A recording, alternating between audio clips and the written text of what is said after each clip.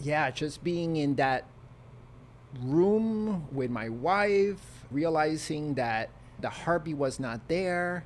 The gynecologist gave us a moment. She stepped out of the room, and my wife and I just had this moment. She was crying, I was crying.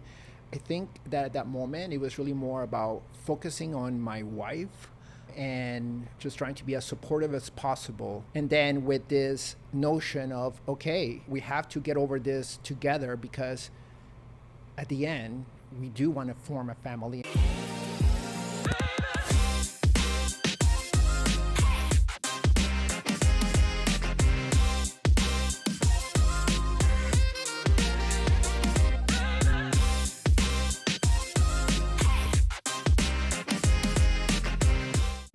What's up, dads?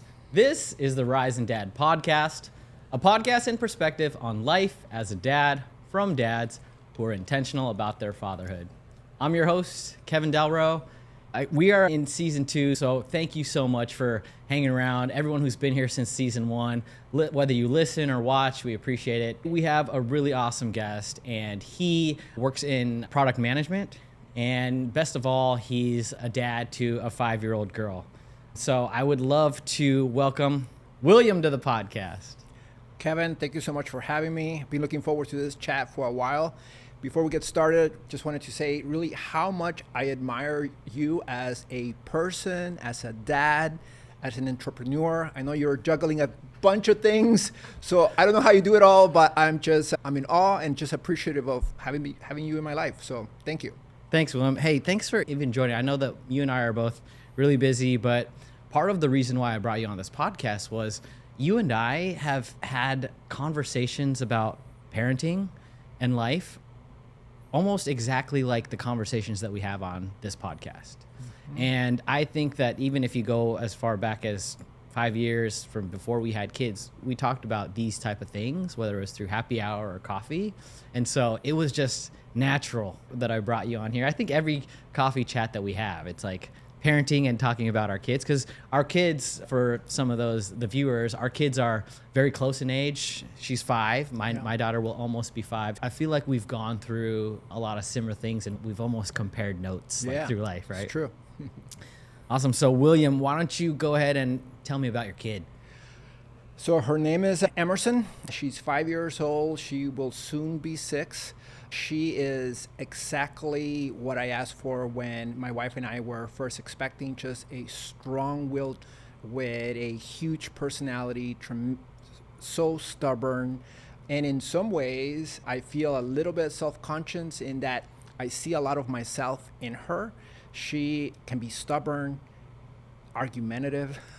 Also, Kim, my wife, introduced me to this concept of DFKs, deeply feeling kids. Yeah, you told me right? about that. And I see so much of that in Emerson as well, that often she just feels a little bit self-conscious, a little bit bad about something that she may have done. And those are things that I recognize in myself. So I just see a lot of similarities. And sometimes when I'm self-critical, I get a little bit anxious for her, what that may portend. And I know we'll get to this. I just wish to impart lessons so that she can avoid some of the pitfalls that I have encountered along the way. Yeah, that's great. We're going to get to all of that. I know that you talked about how, she is like your mini you, and I'm sorry for your wife having to deal with it. That's tough. But yeah. I would hope that you have some knowledge to help her get through that and work through it, but maybe almost some tension because you guys are both the same. Yeah. I'm really excited about that. But one of the things, William, I wanted to talk about and touch upon was you mentioned how you and your wife were a bit later in life to have kids. You were 46 and she was 41 at the time. And one of the lines that you told me, you were like, we knew that it was the right time.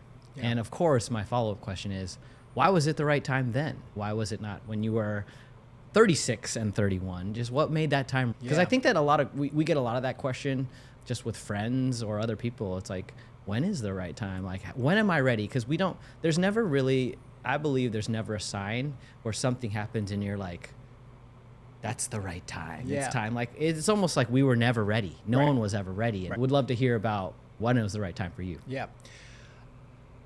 To start off, I think you're right. The truth is that as a parent, you're never ready, really. And it's like a weird and false construct to say, oh, now it's the right time, right? Because that's just not the way that life works. But it's inevitable that as humans, we are always, especially as a father, I would say probably, right? Like you want things to be right. You want to be financially stable. You want all of those little things, all the dominoes to be perfectly lined up so that when the baby comes, that dominoes begin to fall in the right order. At least that's how I've thought of it. Yeah. And so it wasn't so much that it was the right time, it's that we were running out of time, I would say. I would phrase it that way. Just to back up a second. I was telling my wife last night, hey, I'm going to go on this podcast with Kevin, and he sent me this questionnaire. Would you mind like taking a quick look? And the one thing that she immediately honed in on was, I was not 41 when I gave birth. I was 40. And I was like, okay, hey, sorry. The audience right there. Yeah, she was 40. Okay? Yeah, exactly. Maybe 39. She was 40. Yeah, exactly. That's so anyhow, so I am now 51. My wife is now 46, and here we are. Parents, no, she's still 39. Yeah, come on. True. Yes, 27. I'm sure. Yeah. So anyhow, yes, it was. There's never like a right time, but as I said, it just felt as if we were getting older. We were still in good health. We take care of ourselves and so on. And the reason why we had held off on having kids is that my wife and I were on the East Coast, and originally we were supposed to be out there for like about 5 years. We were far from family. All of our families from the West Coast. Mine is from LA. My wife's is from here, from the Seattle area. And we just felt like we were far from home. And in the East Coast, we lived in Boston at that time. We just had this tiny 1-bedroom apartment. My wife was in graduate school. Finances were tight. Space was tight. It was just inconvenient. It just didn't feel right. So anyhow, eventually we're like, all right, it's time to be closer to home. So we moved back west. We settled in Seattle. And as I said, it just felt that, okay, we have no more excuses. And we are running out of time, it feels. Yeah, we decided to actively try to have kids, and luckily it worked out. And early on, when my wife and I first got married, we thought, oh yeah, we're gonna have 2 kids, maybe 3 kids, right? At this point, we're like, you know what? 1 is enough. Yeah, I think we'll be a single and only child household. And yeah, so far we're really, grateful and happy with that decision. Yeah, I think when you talk about the planning aspect, yeah. It's one thing that I've learned just through my own life and talking to people is like anything about life that you plan for, it's not going to happen. It doesn't work out. Literally don't. Maybe this episode will just say, don't plan life, because it's the truth. And so like when we think about how many kids we're going to have or when we're going to do it, it's never that. Yeah. And I always think about kids, and I see it like a lot like relationships, where when you think about timing, it has to be the right time and the right person, and it just happens. You can't dictate when is the right time. It's literally like the right time, the right person, and you guys fall in love. And with having a baby, it's just like the right person, the right time, it just happens, rather than laying a line in the sand and being like, we're trying now, it's the right time. Oftentimes you are trying and then it doesn't happen, or there's some things that happen there. So yeah, absolutely. I think you're right. The other thing about trying is that with my wife, we were recently married, and she gave me the whole conversation. We didn't have a we're trying conversation. It was literally like, hey, we've heard a lot of stories of people having trouble, and it takes X amount of time after you pull the goalie, and who knows what can happen. And kids soon enough, like a day later, I swear, all right, we're pregnant. And again, it was not anything about planning or timing. It was just like, I guess we're doing this. Yep. And so it was cool. Yeah. You're right. Like we all become fathers and parents in different ways, right? And timing is different. And for some individuals, it just works out really quickly. For other individuals, for various reasons, there's a little bit more trying, right? And for some individuals, it may just not work out at all. I've shared this story with you. And again, I was talking to my wife, and this may come up, but I'm not sure. But I feel that one, it is an important topic to like demystify, right? We need to talk about it, and especially for older parents, right? So I share with you, Kevin, that prior to my wife and I getting pregnant or giving birth to our daughter Emerson, we had a miscarriage, right? And that was a really difficult time because, again, we were older, we felt things were lining up and we were running out of time, and we got pregnant and immediately began to think about the future, began to think about, okay, we are pregnant now, and so we are likely going to give birth in this period and things will line up. And originally, if my wife had not had a miscarriage, this baby would have been born sometime in the December time period. And it just like, we had all of these ideas, December baby and Christmas, being with the family, sure. Christmas and all of those things. And so early on we had an appointment with the gynecologist and we're looking for the heartbeat and it wasn't there. And Kim and I were just heartbroken that, yes, the potentiality of life, but then all of these plans that you make for yourself and then for your future kid, all of that, they were just gone. And so we had to take a beat and continue trying. So, yeah, that's tough. And I really appreciate you sharing that with us. A theme of season 2 is that we're actually ducking no smoke on this show. We're talking about everything. And we've talked about miscarriages before. We've talked about postpartum. And I like to think of it as shedding a light on something that could be like a lonely and defeating feeling. So you went through that, and obviously you've transitioned to a better, happy and place that you are now. But guarantee there's somebody listening to this right now that could be going through that now. Yeah. And so I think that it's great that we talk about these things that aren't always talked about, because we are playing the role of demystifying feelings and making it more common to talk about. So yeah, thank you. And it ties back to what you were saying earlier about we have these schemes, plans, and so on. And it's like life has a way of getting in the way. Yeah. One of the things, so man, we're going into heavy topic after heavy topic, because I didn't know that you were going to mention that. Okay. So thanks for that. And I think that we have a lot to learn. Do you have any advice for someone who's going through that right now? What would you tell them? It's a good question. I haven't thought about, I don't think I have any advice other than just one, as a father to be, like, take care of yourself. But also, I don't want to genderize, if that's a word. But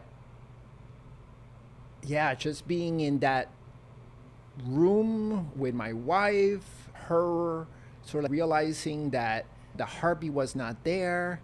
The gynecologist gave us a moment. She stepped out of the room and my wife and I just had this moment. She was crying, I was crying. We were both invested, and again, not to gender, but I think that at that moment, it was really more about focusing on my wife. And for a period thereafter, I can't remember exactly how many weeks or months it took, but it was just, I don't know, just trying to be as supportive as possible with my wife. And then, okay, we have to get over this together, because at the end, we do want to form a family and we do want to give birth someday. You're just going to have to be supportive and try to just carry on. Yeah, I think that's really important, William, that you said that. One of the biggest things that I've taken away from talking to other dads is that step 1 of becoming a great dad is actually becoming a great partner first. Yeah. It's almost Maslow's hierarchy, but you have to do that first, and then you can like enter in it's okay, you've access granted. Now you can go be a great father. Ideally, that's what you want. Yes. At least you could be a single parent and not have anyone still. But I think that it goes hand in hand, just being a great partner and learning how to take care of somebody in that aspect, and then transitioning that into like fatherhood. Yeah. One question that I was going to ask you, William, that is like such a hard experience to go through. And when you went through that, did you ever have a feeling of maybe this is the universe telling us that this isn't going to happen for us? And it sounds like you guys were like, bootstraps on, let's keep going. But I know that I'm like very much a man of the universe. I'd be like, is this a sign? I don't know. That's a great question. I've shared this with you too. And I'm surprised actually that I didn't go there then, because my wife accuses me of being a catastrophizer, like always looking for the worst case scenario in things, expecting the worst and then hoping for the best. Looking back though, no, my mind didn't really go there, which is strange now in thinking about it. in part, maybe it was because I was really focused on my wife, Kim, wanting to be supportive. And then, don't get me wrong, I wanted kids, but to me, it felt that my wife wanted kids even more. Yeah, sure. And I wanted that for her, for us. And so I was just focused on, all right, let's make this happen. Yeah, so that's great. Yeah. That's good. I am actually, knowing you, I am a little surprised that you didn't go. Yeah, no, I am too, actually. Yeah. Okay. Moving on. Yeah. One of these things that I know about you and you've mentioned is that you lost your dad at 9 years old.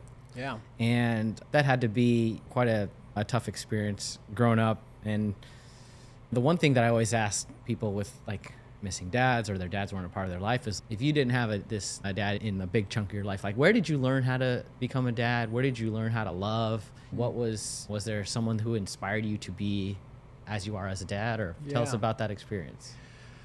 So before I answer that question, just a little bit of background on like how my dad died, because I think that sort of like informs who I am in a way. And again, maybe it's shaped my catastrophizing outlook. So I was 9. I was born in El Salvador, Civil War happening. My dad was one of the casualties of the Civil War, right? And my mom was in her early 30s, no more than 31, maybe even 30 at the time. She was left widowed with 3 kids. I'm the oldest of 3. And my mom, she had a lot to deal with at that point. But she left El Salvador at that point for about 2 years, left myself and my siblings pretty much alone, I would say, in El Salvador, with our grandparents and an uncle coming to visit occasionally. Just they provided all of the support and so on. But my mom had left us. There was somebody that was there at the house with us, making sure that we were fed and so on, taking care of the household stuff. But we didn't live with immediate family, and we didn't see my mom for about 2 years or so.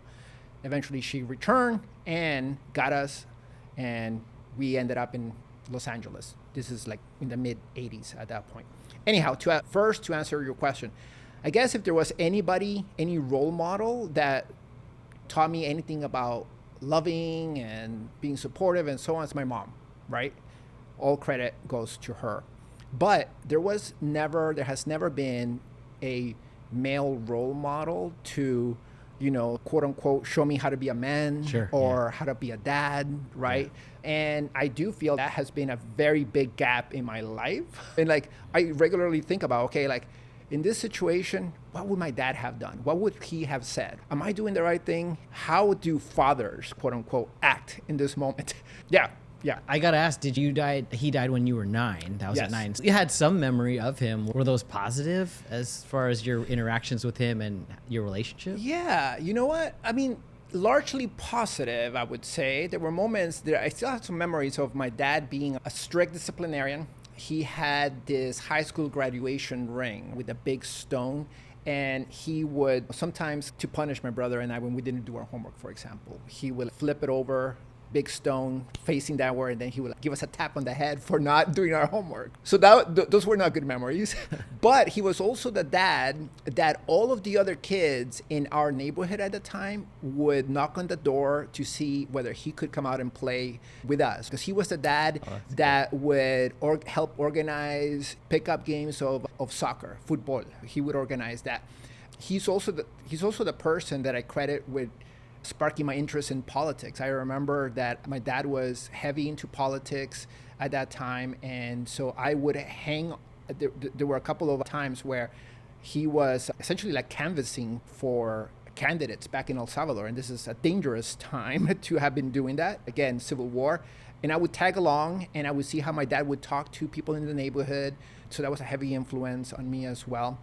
And he's also, again, El Salvador, very male chauvinist culture. Yeah. I remember my brother and I used to go to the same school, and a lesson that he taught me was, okay, if somebody ever picks on your brother, you have to come and help him. But Dad, I would say, what if the kids are older than me? He said, you got a belt. Don't you take out your belt, flip it around so that the buckle is facing outward, and just start swinging it around. So anyhow, I do have some negative, some positive, some just like crazy memories from my dad, largely positive. He was the life of the party. I will remember he would bring mariachi bands and serenade my mom.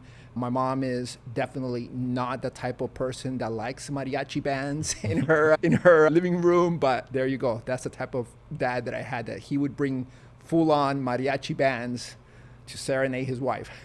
So when you got older, into your teen years, those might be some harder years where you have questions about girls or high school or things like that. Was there anyone that you would rely on, or how did you get through those days? There was no one that I could rely on. That's no male figure that I could rely on. And so I relied on the one person that was around. And I don't think that she steered me the right direction, because I was not getting a lot of action in high school. So. Are you talking about your mom?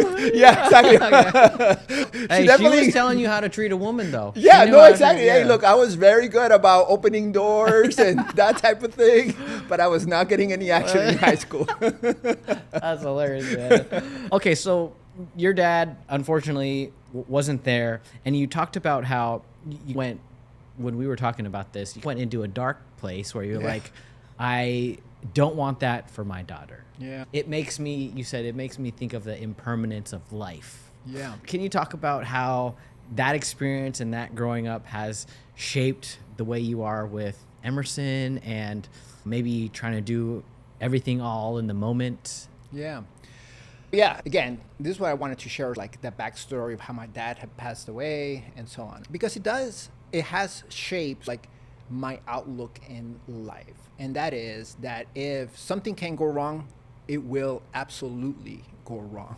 And one of the things that sort of makes me anxious is I'm an older dad, a 51, parent of a 5-year-old. It's not too uncommon in cities like Seattle, but it's not the typical sort of age for a father of a very young child. So I think about like how many more years, right? And then I think of my dad having died at a young age. I think he was only like 34, I think, when he died. So anyhow, so I often think about, okay, like it's not guaranteed that I'm going to be in my daughter's life. I may not get to see when she is like 25, 30 and so on, right? And so often I think about, okay, there are all of these things that I wish I had my dad around to ask, right? Practical things, dumb things, all of the things. And often I'm like, all right, may not get enough time to tell Emerson all of these things. So I often find myself like, all right, Emerson, come here. I got to show you this. So right now, one of the things that I want to make sure that she is very aware of is financing. Sure. Not finance, investing, okay?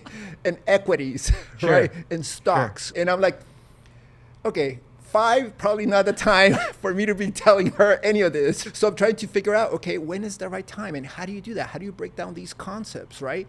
Because I don't know about you, but like I didn't have anybody growing up telling me about the magic of compounding interest. Sure. Yeah, exactly. And taxes and all of that, right? So I want to make sure that I arm Emerson with that knowledge, vocabulary, and so on. And I often think about, like when is the right time? And that's just a very silly example, right? But it's a very concrete one, right? Yeah, I will say that, for one, dude, you're not that old. No, you're not that old. You're talking about dying and stuff. Right. I'm pretty sure you're going to be around when she's 25. Right. It's just funny because like I am so like live in the moment, and we're not going to think about anything that we don't need to now. We're thinking about this Play-Doh structure that we're making. And like I think that I just anticipate like I'm gonna be there for those moments, and it's almost like holding myself to it, whether it's through my health or my fitness, right? Like I'm doing all these things so I can be there from those moments, and in my head it's not even scratching the surface that I'm not gonna be there. But that's just me and how I'm thinking about it. I'm like, I'm not missing that. Like I'll be able to tell you that when you are that age, or when are you the right age. But also there's, with our daughters, they're really young, but there's like this innocence of not knowing. Right. Absolutely. And of course I think that we want to teach them these things like compound interest and all cryptocurrency. Maybe there's a right time for it. And like I also don't want my daughter to grow up too fast. And one of the things that I wouldn't say is troubling, but that I struggle with is that we only have one daughter and we're not going to have another. Okay. And because of that, my daughter spends a large chunk of her time with me and my wife, which to some degree I think makes her like more mature in the where she can explain things and talk to us, because she's explaining and telling stories to us. Yeah. And so she doesn't have someone who's young where you can be imaginative and talk in certain ways. And so while it's nice that we're like, oh, like her vocabulary is so developed and she can have these like great concepts and these ideas, but like she also doesn't get that young creative sense. And so that's where I think about it, where I'm like, I don't want you to grow up too fast, which is to some degree a little bit what you're talking about. But yeah, it's like a worry for me if I don't want to talk about that stuff. Yeah. No, you're right. But I did mention earlier that I'm a catastrophizer. Yeah, right? you are. So Yeah. You're holding strong on that one. Yeah, exactly. I'm consistent, if nothing else. Yes. Yeah. The other thing is, you mentioned you were like preparing her for all that's coming up. Yeah. And I think you list out like the economy, the automation, and all that things. And tell me about like, why are you so eager, or not eager, but like, why are you anticipating so much? Yeah. And I guess it could be from your upbringing, but it's not like you're like dying tomorrow. Or maybe your perspective, maybe your perspective is that you could, and that's why you're this way. And this feels like a little bit like a therapy session, right? Yeah. I should be laying down on the couch there. Your bill's in the mail. Yeah, I got you. I am aware of some of the potential root causes of why it is that I may have a certain outlook. That's why I shared that backstory earlier of how my dad passed away and some of the events that happened after.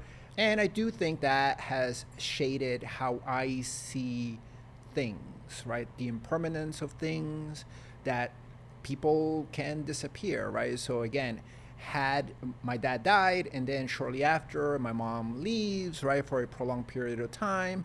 And I totally understand the rationale why my mom had to leave the country and then eventually came back, right? But I do think that had like an impact in my formative years, right? And that colors how I perceive things today. I imagine if I'm going to put myself on the couch, I imagine that has something to do with how I look at things. So right now, I don't know about you, but I am amazed, curious, captivated by AI. And I read all of the things about AI and all of the things that it will mean for us, right? And already in a very short span of time, it's had such an impact, right? And we know what that exponential curve will look like of its development and its impact on society and so on. And again, our kids, my girl is 5, right? So I could only imagine what things will be like in 10 years, right? And we hear all of these things about if you're in college now and you are a computer science major, probably should be rethinking your career choices, right?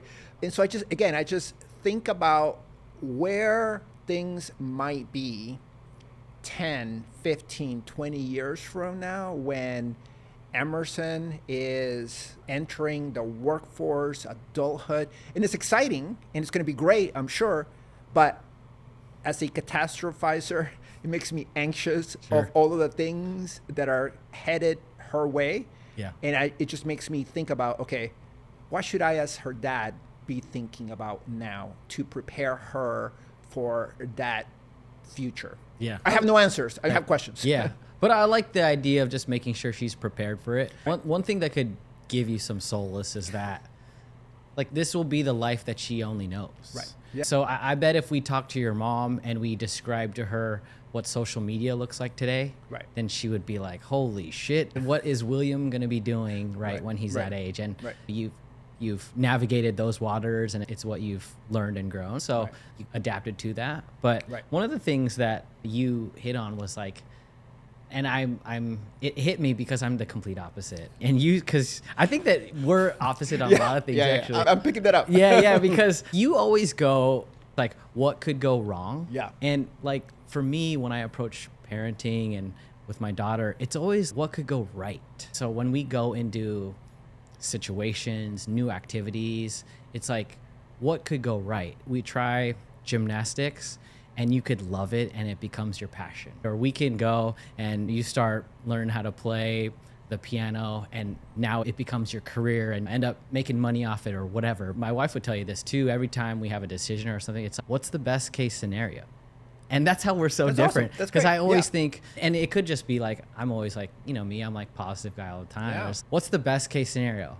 And if the worst case scenario is like, we lost a little bit of time or we lost a little bit of money, whatever it might be, as big as it might be, it's like, when the best case scenario is something like so amazing, like it's worth it to me. Yeah. And I'm like such a go-getter that I'm always thinking like, what's the best that could happen from this? And that's what I'm shooting for. Yeah. Whereas you, and it's not right or wrong, it's what could go wrong. And so you're like looking around corners, making sure you're more prepared for that. And I think there's like good and bad to both. Yeah. Both. Absolutely. Yeah. And as I said at the top, I am so appreciative of you as a person because of that, because it's always sunny with you. I love the times that we get together precisely because of that, because you always bring such a positive energy to things. So thanks, man. Yeah, then I talk to you and I'm like, hold on, wait, what? Should I read this? Is the world ending? I should probably, Yeah, man. All right, one thing that I was going to talk about was you're born in El Salvador. Yeah. You are a native Spanish speaker. Yes. And you talked to me about how Emerson is not. She likely will not be. Yeah. But there's a little bit of tension there for you. Like, I think you said you had a little bit of guilt for it. I don't know what you used for it, but tell me a little bit about that. So I'm a native Spanish speaker. It's my first language. And I do want Emerson to be bilingual at a minimum. And I said, yes. So I do want her to be bilingual at a minimum. And you've asked me a follow-up question about like, why is this so important? Is it a sense of, I don't think you used this word, but like guilt or obligation that I somehow need to do that for societal expectation or my parents' expectations and so on, right?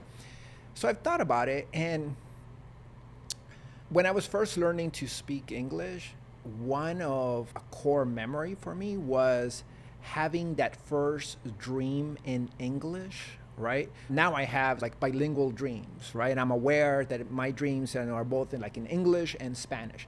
But I remember the first time that I had a dream in English, right? And it felt almost like magical, right? Because at that point I felt, all right, it's like I'm another person. And there is some of that when your brain engages in one language versus another.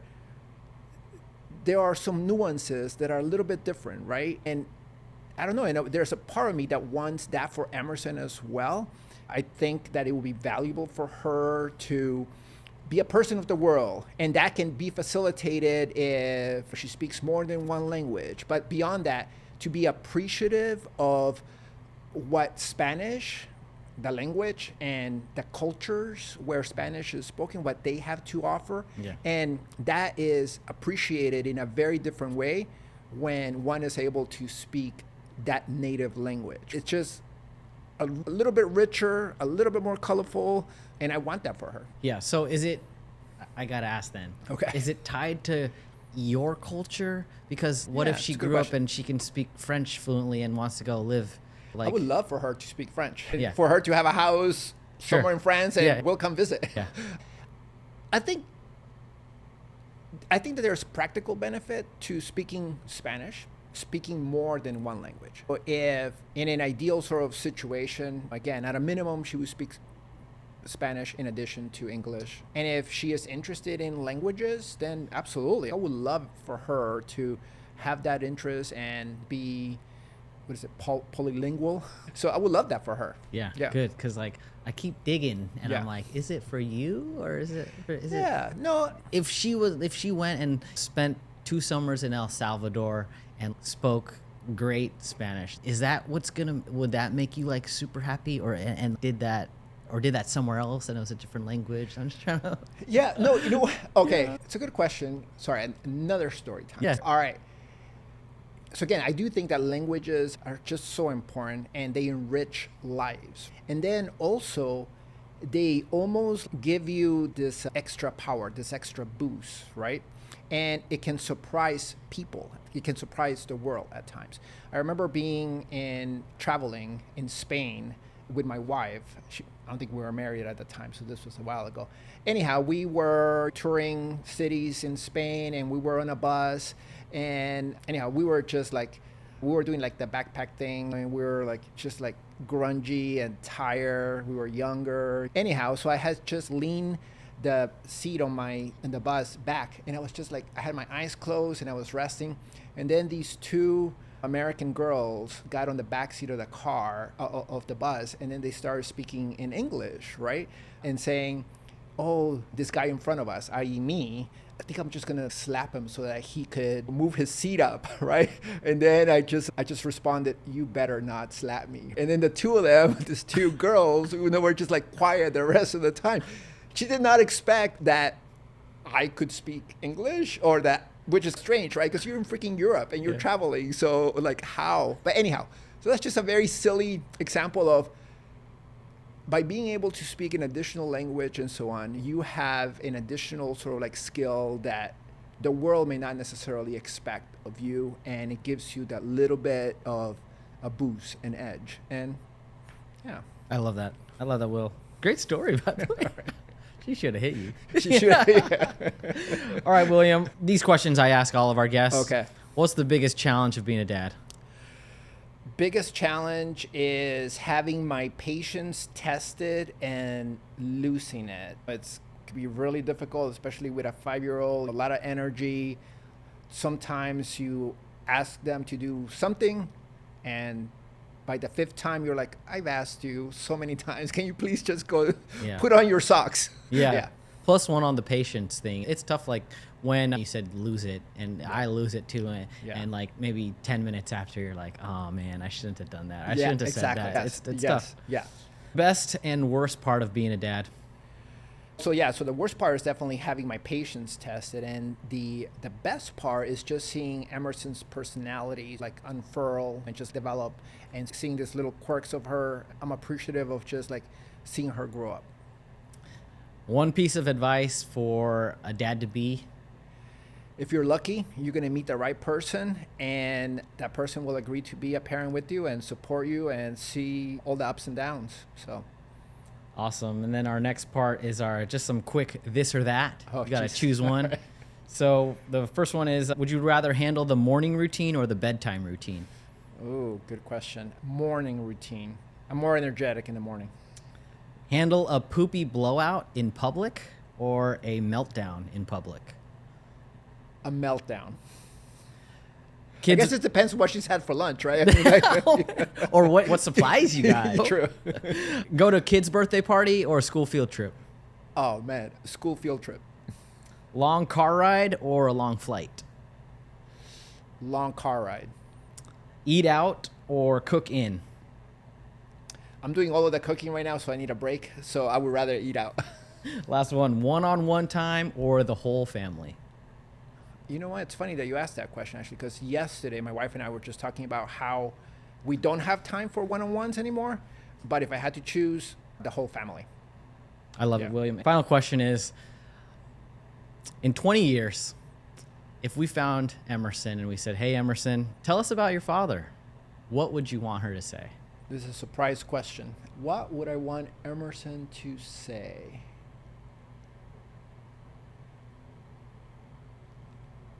I guess I want her to say that she has good memories of us growing up, that I was a good dad, and that I set the bar high for any man that may come in her life at that point.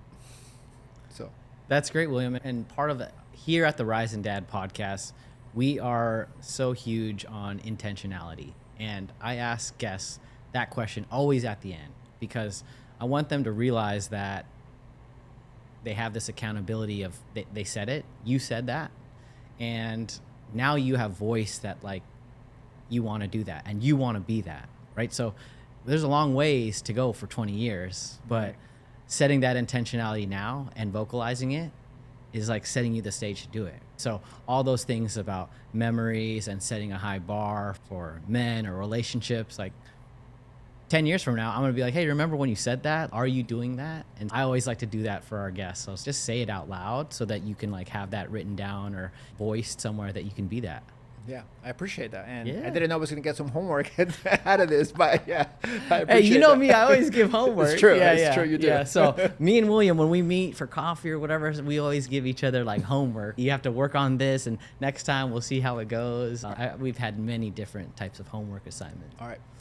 William, thanks so much for joining the podcast. So happy that you came and you shared a lot of great stories, a lot of great like intimate pieces of your life and your family, and really happy that you were able to join us and just share like the conversations that you and I have all the time. I think they're very valuable for people to listen to that are going through something similar or have a similar, maybe they're catastrophizers also. We don't know, but There are a lot of us out there. yeah. Appreciate the time. And everyone viewing, I hope that you were able to take something back, learn from it, and maybe put it into your own life. Kevin and William with the Rising Dad podcast. Thanks a lot, everybody.